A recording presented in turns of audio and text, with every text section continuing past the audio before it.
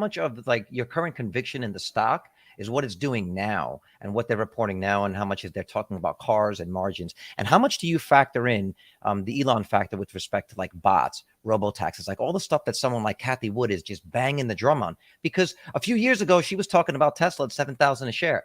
If you do the splits, if you go back and look at what it's actually, what the actual stock price is, it's 15x what it is now, what we were buying it in 2019. She wasn't wrong. So my question is that like, are we in another situation like that where it sounds absolutely crazy that there will be, robots and robo-taxis in a few years, or how do you see that playing out? Yeah. On top of that, Jeremy, I want to throw in the margins and them cutting and what you think about them having to reduce their margins. So robo-taxis, margins, can you speak to kind of all of that with Tesla? Yeah. So first touching on the whole views of I call these like call options on it. Robo-taxi opportunity, robots, AI, everything Tesla's working on there. I just view those as like call options. So I don't personally put any major faith into those. I hope they work out. Yeah. And I think it's a little different than when Amen, Kathy, brother. Yeah.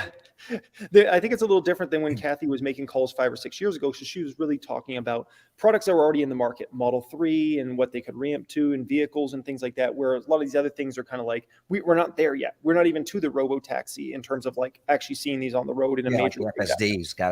FSD 12 needs to come out.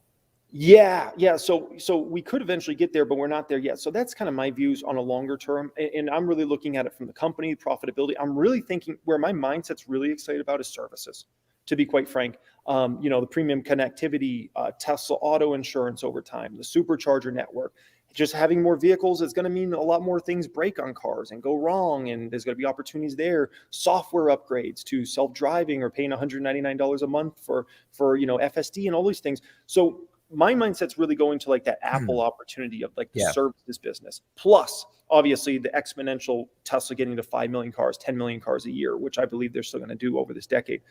Now, in terms of margins short term, obviously Elon's keeping the pedal to the metal when it comes to that. He wants to take massive market share now. It's clear to me. And he's no longer interested in, we have this certain market share of EVs. He wants massive market share of total vehicles sold. And I think he's on the right track there.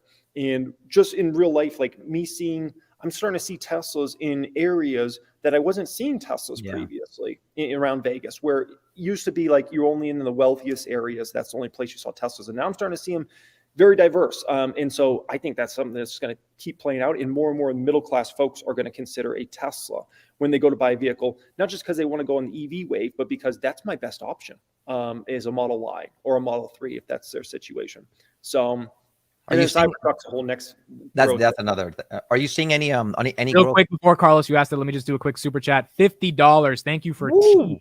Great pod, guys. You guys are helping guide me through Palantir. Jeremy helped guide me through my early Tesla years production hell and help me stay confident in my convictions. And Tesla eventually turns into my first $100,000 position. Nice. Jeremy, when you hear Jeremy, first I want to say you've just earned $10 from us. We're going to send it to you. Just give us your Venmo.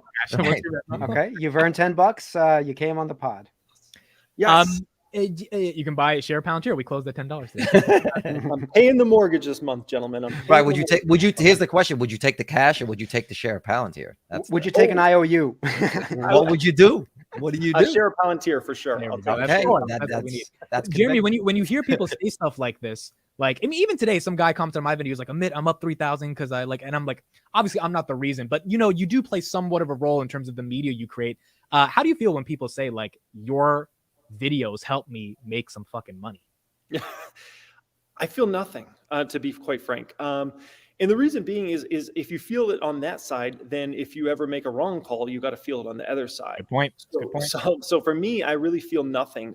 If somebody says, at the end of the day, it's good if I'm providing that content and it's giving people context or information they might not have or perspectives, and it's giving them the comments I always hate is, I just bought this stock because you bought this stock.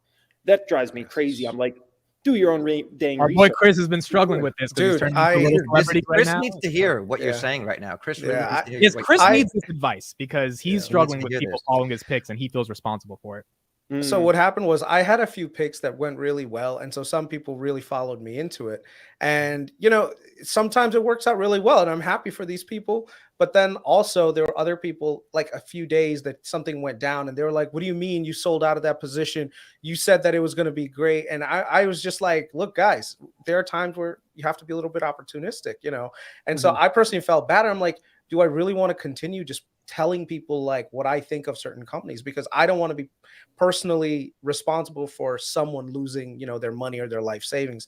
And I think that's something that over time it's going to become a numb thing. But how did you process that? Like, how did you get over that? I'm sure that you felt, because you're a good person. So yeah, I just got over it over time. I think just experience one. You know, of kind of doing that and making sure you're preaching the right things over time, you know, about looking into income statements and balance sheets and making judgments about companies and not just following to, you know, blindly follow. But unfortunately, and also I just came to the realization, like they're always going to have a certain segment of the population that does that. You know, I'm sure Jim Cramer says, buy this stock. You know, people go out there and just buy the stock and you know, or sell the stock. And I'm sure people just go out there and sell the stock. And I wish, the good news is most people I think are a little smarter than that and a little more intelligent and do their own research. I think one of the best, you know, get back to what happened last year, right? And really that whole come down from the 2021 hype cycle at the beginning of the year, right? One of the best things was we either got rid of those sorts of folks or the people that were kind of newbies in the market. They realize, oh crap, I actually have to put in work. Like you can't just buy stocks because it's going up or something like that. I actually have to understand an income statement and a balance sheet and what a P ratio is and what a forward P ratio is and how to judge companies and their competitors versus each other and these sorts of things. And I'm going to listen to a conference call. So that's the good news, but you're always going to have a certain segment that just, they're those sorts of people. And you know, you just have to hope those folks learn their lesson over time and ultimately learn how to do their own research and things like that, right? So it's just it's part of the process. It's what, as I say, it's the cost of doing business. It's the cost of doing. I think you're right, Jeremy, but still, Chris is a flip flopper. whatever. Call me whatever you want, man. I'm only messing around. I told you on Twitter, and I defended him when he was on Twitter. I was like, everybody leave him alone. He's allowed to have picks. He's a YouTuber, okay? And if they don't all succeed, then that's just the way it is. You're not supposed to follow YouTubers into trades. It's ridiculous. Well, I think the distinction is that we're not trying to be YouTubers. We're regular guys that just happen to be on YouTube, sir. No, but we're not putting. I'm not on this. I don't think we're on this to be like a YouTube personality. These are our actual personalities. I think that's what people are resonating with. And people make actual mistakes. You know, that's the point. So it's like I think what people resonate even with this podcast is that these are conversations that the four of us would probably have if we lived in the same state and we were able to get drunk every Friday, you know, or every night, you know. I think for me, I go where the opportunities are when it comes to certain things. Like, so like I could not have thought like a lot of these regional banks, right? Like lately I've been researching a lot more into the regional bank.